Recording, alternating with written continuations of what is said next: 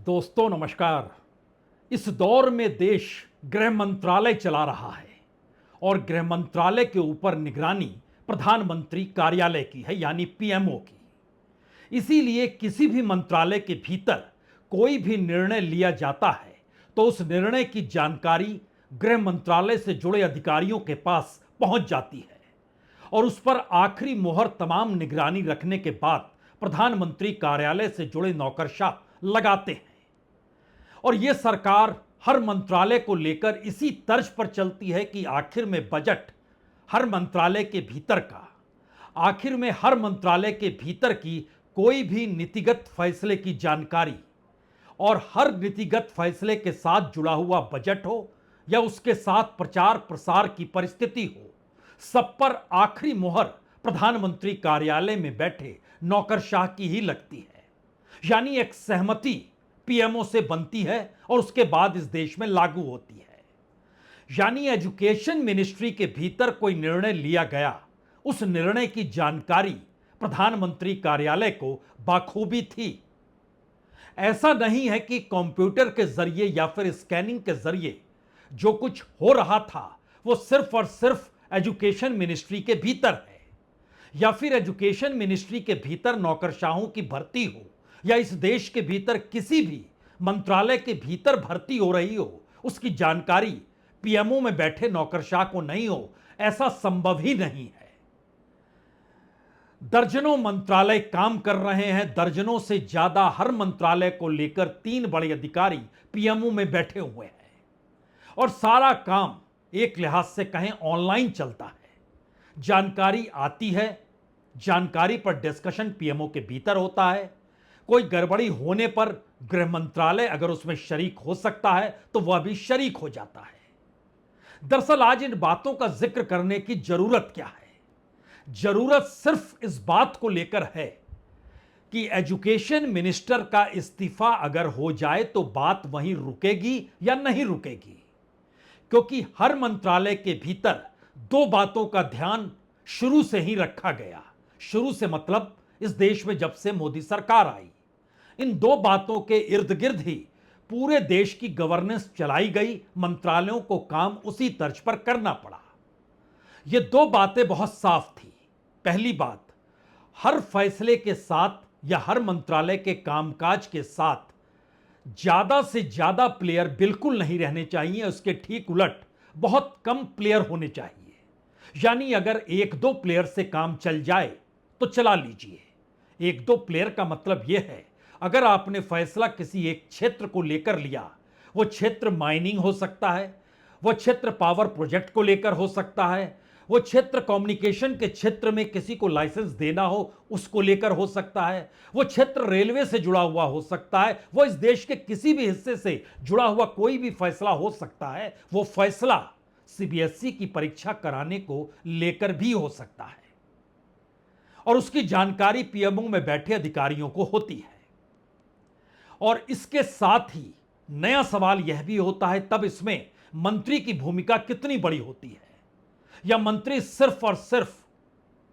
उस दस्तावेज पर अपनी चिड़ियां बैठाता है जिसके बाद नौकरशाही काम में लग जाती है और नौकरशाही दर नौकरशाही जिसकी हायरार्की मंत्रालय से निकलकर गृह मंत्रालय होते हुए प्रधानमंत्री कार्यालय तक पहुंचती है, इस पूरी प्रक्रिया के भीतर में वो पॉलिसी इंप्लीमेंट होने की दिशा में आ जाती है।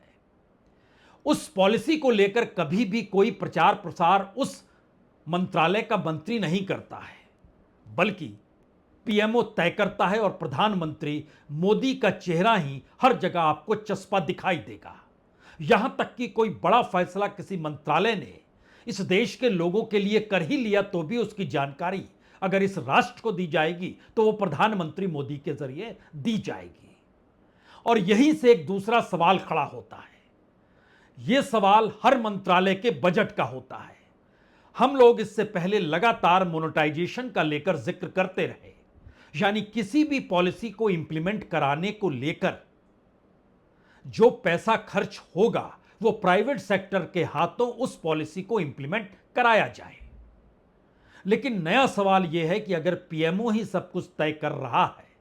तो फिर उसके प्रचार प्रसार किस कंपनी को देना है, किस प्राइवेट सेक्टर को उसमें लगाना है, उसकी भी सूची वरीयता के हिसाब से पीएमओ में पहुंची होती है, पहले से पड़ी होती है। और उसी पर मोहर सरकार के दिशा निर्देश के हिसाब से, जिससे पॉलिटिकल पार्टी को फायदा हो, पॉलिटिकल फंडिंग बढ़े और राजनीतिक विस्तार में किसी दूसरी विपक्षी पार्टी तक वो कंपनी ना पहुंचे।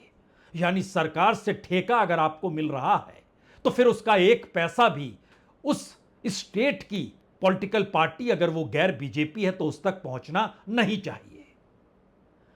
सवाल अब यहां से एंट्री होती है राहुल गांधी की। राहुल गांधी इस हकीकत को जानते समझते हैं कि दरअसल ये देश पीएमओ से ही चल रहा है, और यह भी जानते हैं कि दरअसल ऐसा बिल्कुल नहीं है कि जो निर्णय एजुकेशन मिनिस्ट्री में लिया गया या फिर जो निर्णय सीबीएसई के चेयरमैन ले रहे थे और सेक्रेटरी उस पर अपनी चिड़ियां बैठा रहे थे, उसकी जानकारी पीएमओ को नहीं थी, बिल्कुल थी। और जब जानकारी उनकी थी या उनकी सहमति हो गई, उसके बाद ही यह तय किया गया। लेकिन इससे पहले जिन दो बातों का जिक्र हम कर गए, उसमें एक बात तो बहुत साफ थी, बहुत कम प्लेयर होने चाहिए, और दूसरी बात थी कि कम प्लेयर के लिए आपको टेक्नोलॉजी का इस्तेमाल करना होगा। उस टेक्नोलॉजी के दायरे में प्रॉफिट आता है, यानी बजट कम खर्च हो और फायदा ज्यादा हो। यही वो बात है जिसके आश्रय इस देश में मौजूदा वक्त में हर मंत्रालय काम कर रहा है। टेक्नोलॉजी का सहारा लीजिए, ज्यादा लोगों को इन्वॉल्व मत कीजिए, लाइसेंस चंद हाथों में दीजिए, प्रॉफिट आपस में बांटना सीखिए, और इसके जरिए इस देश के बजट पर कोई दबाव ना पड़े, और हर मंत्रालय के जरिए जो प्रचार का बजट है वो सीधे प्रधानमंत्री कार्यालय के जरिए ही तय होगा। यानी प्रधानमंत्री की तस्वीर जो आप इस देश के हर अखबार में, हर डिपार्टमेंट, हर मंत्रालय को लेकर, हर पॉलिसी डिसीजन को लेकर, यहां तक कि अब तो बात स्टेट तक भी चली गई है, यानी जिन जिन राज्यों में बीजेपी की सरकारें हैं वहां पर भी जो पॉलिसीगत डिसीजन होगा उसकी धारा पीएमओ तक आएगी, और प्रचार प्रसार में खुद ब खुद प्रधानमंत्री का चेहरा वहां पर चस्पा हो जाएगा। फिर लौटिए एजुकेशन मिनिस्ट्री और धर्मेंद्र प्रधान पर। अब सवाल है, धर्मेंद्र प्रधान का इस्तीफा अगर हो गया तो इसके बाद किस किस मंत्रालय के किस किस मंत्री पर गाज गिरेगी, क्योंकि इस दौर में भारत सरकार की सीएजी ने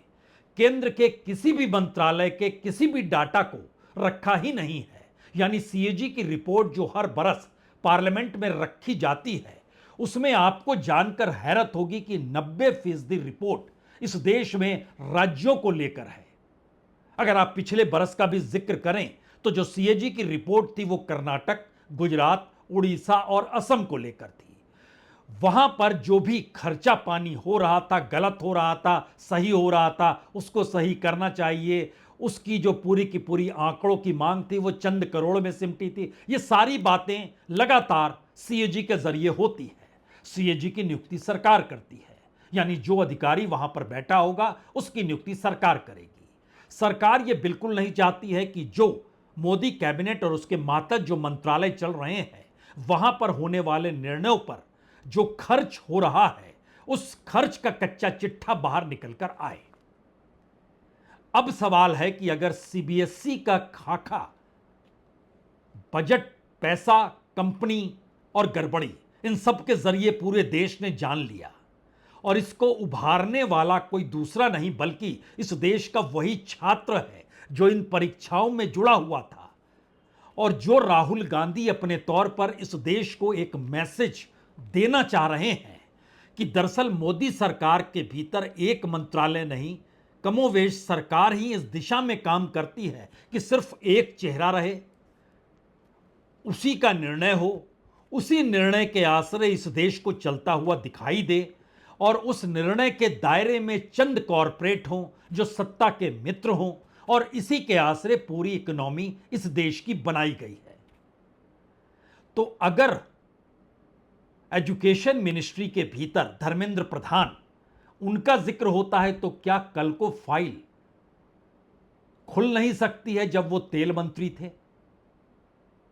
इस देश में नौकरशाही तो इधर से उधर होती है, लेकिन एक क्षण के लिए गौर कीजिए, जो राहुल गांधी ने कल सोशल मीडिया पर यह कहकर लिखा कि आपने नौकरशाही तो बदल दी, लेकिन मंत्री का क्या होगा। उन्होंने लिखा कि सीबीएसई अध्यक्ष ट्रांसफर कर दिए गए, सीबीएसई सचिव ट्रांसफर कर दिए गए, एक सदस्यीय जांच समिति गठित कर दी गई, असल जिम्मेदार धर्मेंद्र प्रधान जो सुरक्षित हैं, अधिकारियों को हटा दिया गया,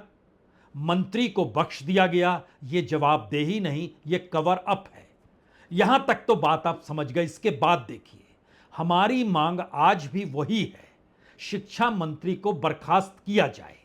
और स्वतंत्र न्यायिक जांच हो, यानी एक व्यक्ति नहीं बल्कि जुडिशियल इंक्वायरी का वो जिक्र कर रहे हैं।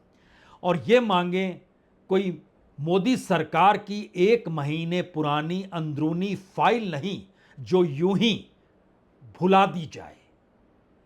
अगर प्रधानमंत्री को 18,50,000 सीबीएसई छात्रों की परवाह होगी, धर्मेंद्र प्रधान उस पद से हटाए जा चुके होते जिस पद पर वो मौजूद है। यहां पर एक लाइन बड़ी महत्वपूर्ण है, ये मांग मोदी सरकार की 1 महीने पुरानी फाइल नहीं है। मंत्रालयों के भीतर जो फाइलों की आवाजाही होती है वो कमोवेश इस देश के तेल मंत्री, जिस वक्त दुनिया के बाजार में तेल सस्ता था, भारत के भीतर नागरिकों को तेल महंगा क्यों मिल रहा था, वो कौन सी फाइल थी। इस देश के भीतर जब रशिया से तेल लिया जा रहा था और अमेरिकी डील की तरफ कदम बढ़ रहे थे, तो अमेरिकी डील के साथ एग्रीकल्चर क्षेत्र पर सहमति हो या ना हो, या अमेरिका उस दिशा में कैसे आगे बढ़ जाए जिस क्षेत्र में भारत को बढ़ना नहीं चाहिए, तो क्या कॉमर्स मिनिस्ट्री की उसमें पहुंच पकड़ थी या नहीं थी, वो कौन सी फाइल थी। इस देश के भीतर जो कोर सेक्टर है, उस कोर सेक्टर के भीतर कंपनियों की तादाद जो है वो एवरेज 5 से 6 कंपनी है, यानी प्रतिस्पर्धा भी नहीं है और प्रोडक्शन भी नहीं है। और दोनों अगर नेगेटिव में जा रहा है तो वो कौन सी फाइल थी जिसमें डिसइन्वेस्टमेंट जब फेल हो गया तो उसके बाद और कंपनियों को, प्राइवेट सेक्टर को ना आने देते हुए चंद प्राइवेट सेक्टरों के जरिए ही पूरे कोर सेक्टर को चलाने की कोशिश की गई। वो चाहे सीमेंट हो, चाहे स्टील हो, चाहे पावर हो, चाहे माइनिंग हो, यानी कोई भी प्रोडक्ट जो कोर सेक्टर के तहत आता है, उस दायरे में सिर्फ 4 से 5 कंपनियां ही क्यों आई, उसको लेकर कौन सी फाइल तैयार बैठी थी। और उस नौकरशाह की तरफ ध्यान जाएगा या उस मंत्री की तरफ ध्यान जाएगा। नौकरशाहों के हेरफेर में एजुकेशन मिनिस्ट्री का सेक्रेटरी हटा तो उसको आपने एग्रीकल्चर मिनिस्ट्री में लगा दिया।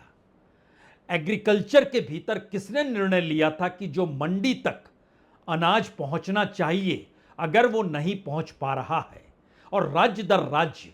जो अनाज की कीमत है वह भी वेरी कर रही है, राज्य दर राज्य जो लागत है वह भी अलग अलग है, और राज्य दर जो किसानों को मिलना चाहिए वह भी मिल नहीं पा रहा है। यहां तक कि किसान सम्मान निधि में भी जो सरकार जारी करती है पैसा देना, वह भी राज्य दर राज्य वैरी क्यों कर रहा है। और चुनावी राज्य को लेकर सरकार को सक्रिय होना चाहिए और वहां के ज्यादा किसानों को किसान सम्मान निधि मिल जानी चाहिए। यह कौन सी फाइल थी। यानी इस पूरी परिस्थिति के भीतर हर मंत्रालय, अगर आप एमएसएमई को समझ रहे हैं तो एमएसएमई को जो लाभ कोविड काल में दिया गया, या फिर इस देश के कॉरपोरेट का जो टैक्स माफ किया गया कोविड काल में, उसके बाद से बड़ी इंडस्ट्री हो, कॉरपोरेट हो या एमएसएमई हो, इन तमाम जगहों पर नौकरियां कम क्यों हो गई। वो कौन सी फाइल थी जिसमें कहा गया कि नौकरियां मायने नहीं रखती है, मायने रखता है कुछ तो वो प्रोडक्शन, और उस प्रोडक्शन का मतलब होता है प्रॉफिट, और प्रॉफिट का मतलब होता है पैसा। वो कौन सी फाइल चली थी फाइनेंस मिनिस्ट्री से जिसमें कहा गया था कि दरअसल इस देश के इंडस्ट्रियलिस्टों को जो लोन चाहिए वो लोन देते चले जाइए, जितनी बड़ी तादाद में चाहिए दीजिए, एक नहीं अधिक से अधिक वो 6 बैंकों से लोन ले सकते हैं। और बैंकों का रिफॉर्म जो था वो आपस में बैंक को मिलाते हुए किया तो गया, लेकिन इस दिशा में क्यों देखा गया कि अगर बैंक कंगाल हो रहा है, बैंक अगर बिकने की स्थिति में आ रहा है, बैंक के भीतर फ्रॉड हो गया, तो इसको कोई विदेशी बैंक ही खरीदे। इस देश के भीतर में आप दस्तावेजों को रख सकते हैं, लेकिन कोई विदेशी बैंक अगर खरीद लेता है, जैसे सिंगापुर का बैंक आया और उसने भारत के एक बैंक को खरीद लिया, तो यहां के सारे डाटा और डॉक्यूमेंट बाहर चले गए। नई सरकार कोई भी आएगी, नया व्यक्ति कोई भी आएगा, नई जांच कमेटी कोई भी बनेगी, उन दस्तावेजों को वो नहीं मंगा सकती है। ये कौन सी फाइल थी, कौन सा मंत्री था, कौन सा नौकरशाह था जिसने इस फाइल को तैयार किया? यानी इस देश के भीतर अगर हर मंत्रालय, बैंक, अगर हमने एमएसएमई का जिक्र किया, तो यहां और महत्वपूर्ण है, कोविड के बाद जितनी बड़ी तादाद में मदद हुई, बावजूद इसके 1 लाख से ज्यादा छोटी और मंझोली इंडस्ट्रीज देश में बंद क्यों हो गई? और इस दौर में जब हम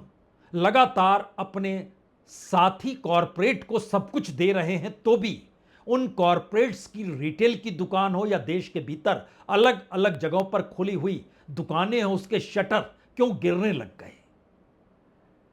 और इसी दौर में जो बड़े कॉरपोरेट थे, जिनके मामले एनसीएलटी में पहुंचे थे, जो खुद को दिवालिया घोषित कर रहे थे, तो दिवालिया घोषित करने के वक्त भी उनको बैंकों से लोन कैसे मिल रहा था? और जो दिवालिया घोषित करके अपनी कंपनी को एनसीएलटी के हवाले कर रहे थे, एनसीएलटी जिन कंपनियों को बिचवा रहा था और मार्केट में वो सस्ते या औने पौने दाम में जिन लोगों को दिए जा रहे थे, वह भी अपने घर से पैसा नहीं लगा रहे थे, उनको भी लगभग 80% बैंक ही लोन दे रहा था। यानी बैंक से लोन उठाया, कंपनी डुबोई, कंपनी डूबी, उसको किसी दूसरे ने खरीदा, उसने भी बैंक से लोन उठाया। और इस दौर में भारत की इकोनॉमी, इस देश के फाइनेंस मिनिस्टर को देखे, कॉमर्स मिनिस्टर को देखे, पीएमओ को देखे, तमाम एनओसी के लिए होम मिनिस्ट्री को देखे, किसको देखे? तो क्या धर्मेंद्र प्रधान एक ऐसे सिस्टम का एक ऐसा पुर्जा है जिस पुर्जे को जैसे ही आप निकालिएगा, एक झटके में इस देश के भीतर वो साइकिल गड़बड़ाने लगेगी, जिस साइकिल को लेकर यहां के लोगों में जो अभी तक भरोसा है, और वो भरोसा खास तौर पर सीबीएसई के एग्जाम को लेकर जो युवाओं में टूटा है, कहीं संकट वहां तो नहीं आ जाएगा? और अभी तक राहुल गांधी जिस ओबीसी, जिस शेड्यूल कास्ट, जिस शेड्यूल ट्राइब, जिस माइनॉरिटी, जिस इकोनॉमिक बैकवर्ड के क्लास का जिक्र करते हुए ये कह रहे थे कि राजनीतिक मुख्यधारा में उनको नहीं लाया जाता, यानी सत्ता सिस्टम के भीतर उनको शामिल नहीं करती है, इस प्रधान के जरिए इस्तीफा लेने और ना लेने के बीच में दरअसल यही वो पेंच है जो सरकार को मुश्किल में डाल रहा है कि अगर एक पेंच खुलेगा तो सिर्फ विपक्ष की राजनीति को एक ही काम करना होगा, उसी सिस्टम के हिसाब से हर मंत्रालय को देखना शुरू कर देना होगा, और सरकार के लिए फिर मुश्किल आएगी और बात उठते उठते पीएमओ तक चली ही जाएगी। तो नौकरशाही को बदलें या मंत्री के जरिए कई मंत्रालयों को दायरे में लाकर पीएमओ तक बात पहुंच जाए, मुश्किल क्या होगी? जो आखिरी मुश्किल है वो सबसे ज्यादा सत्ता को डरा रही है, क्योंकि राहुल गांधी ने बीते 6-8 महीनों से पॉलिटिकल पार्टी के मूवमेंट को सिर्फ और सिर्फ इस देश के जेनजी को खड़ा करने में लगा दिया है। यानी इस देश में तमाम मुद्दों को लेकर जो युवा तबका है, जो पढ़ाई कर रहा है, जो मजदूरी कर रहा है, जो अनऑर्गेनाइज सेक्टर में जुड़ा है, जो डिग्री लेकर रोजगार खोज रहा है, जो परीक्षा देकर नौकरी चाहता है, सब जगह अगर संकट है तो उनके इशू जो इस देश के तमाम मंत्रालयों से जुड़े हुए हैं, उसके भीतर यह सवाल जिस दिन समा गया तो फिर सवाल सीबीएसई और धर्मेंद्र प्रधान भर का नहीं रहेगा। यह सवाल एक कंपनी के फ्रॉड का नहीं रहेगा, एक कंपनी को फ्रॉड तरीके से जिए गए लाइसेंस का नहीं रहेगा, या टेंडर पास किया गया इसको लेकर नहीं रहेगा। यह सवाल जुड़ेगा उस गवर्नेंस के तौर तरीके में जिसमें सरकार चंद प्लेयर्स चाहती है, जिसमें सरकार टेक्नोलॉजी तो चाहती है, लेकिन उस टेक्नोलॉजी के असर क्या क्या होते हैं उस पर वह ज्ञान ना लेना चाहती है, ज्ञान ना बांटना चाहती है। यानी इंटेलेक्चुअली चीजें नहीं चल रही है। नौकरशाही सरकार को बतलाती है कि यहां से प्रॉफिट मिल सकता है। विपक्ष की भाषा में आप उसे लूट भी कह सकते हैं, यानी यहां आप माल को लूट सकते हैं। इस देश के भीतर कौन कौन से बंदरगाह बचे हैं, पोर्ट्स बचे हैं, जो अगर दे दिए जाए किंग ऑफ पोर्ट को, जो प्राइवेट सेक्टर से आते हैं, तो आपको कितना लाभ होगा, उनको कितना लाभ होगा। अगर इस देश के भीतर की माइनिंग्स जो सौंप दी जाए माइनिंग के तौर पर उन्हें, तो कितनी बड़ी तादाद में लाभ होगा। हालांकि ये लूट जंगलों से जुड़ेगी, पेड़ों से जुड़ेगी, इन्वायरमेंट इम्बैलेंस से जुड़ेगी, सबको भूल जाइए, क्योंकि नीचे से ऊपर तक, और बकायदा इस देश के सीजीआई रहे हुए चीफ जस्टिस का भी तो फैसला जो आया था अरावली की पहाड़ियों को लेकर, जो बाद में बदलना पड़ा, वह भी सीजीआई नहीं, एक दूसरे सीजीआई ने आग्रह किया बदलिए इसको, क्योंकि सारी चीजें ट्रांसपेरेंट इस दौर में हो चुकी है। यानी एक भी पुर्जा जैसे ही आप निकालते हैं तो सवाल अगला इस देश में सीएजी की भूमिका को लेकर होगा। अगला सवाल इस देश में दिए जा रहे लाइसेंस जो बेसिक इंफ्रास्ट्रक्चर और कोर सेक्टर से जुड़े हैं उनको लेकर होगा, उनके नेटवर्क से जुड़ेगा और उस नेटवर्क के जरिए पॉलिटिकल कमाई से जुड़ेगा। यानी एक सेंट्रलाइज फॉर्म में जो ऑर्गेनाइज्ड क्राइम होता है, वो अगर देश के डेवलपमेंट का एक पॉलिसीगत तरीके से उसको चलाया जा रहा हो, तो आप किस मंत्री को क्यों हटाएंगे। और राहुल गांधी कमोवेश इसी आधार पे इस देश के जनजी को अगर खड़ा कर रहे हैं और कह रहे हैं कि आप ही उन मुद्दों को आगे बढ़ाइए,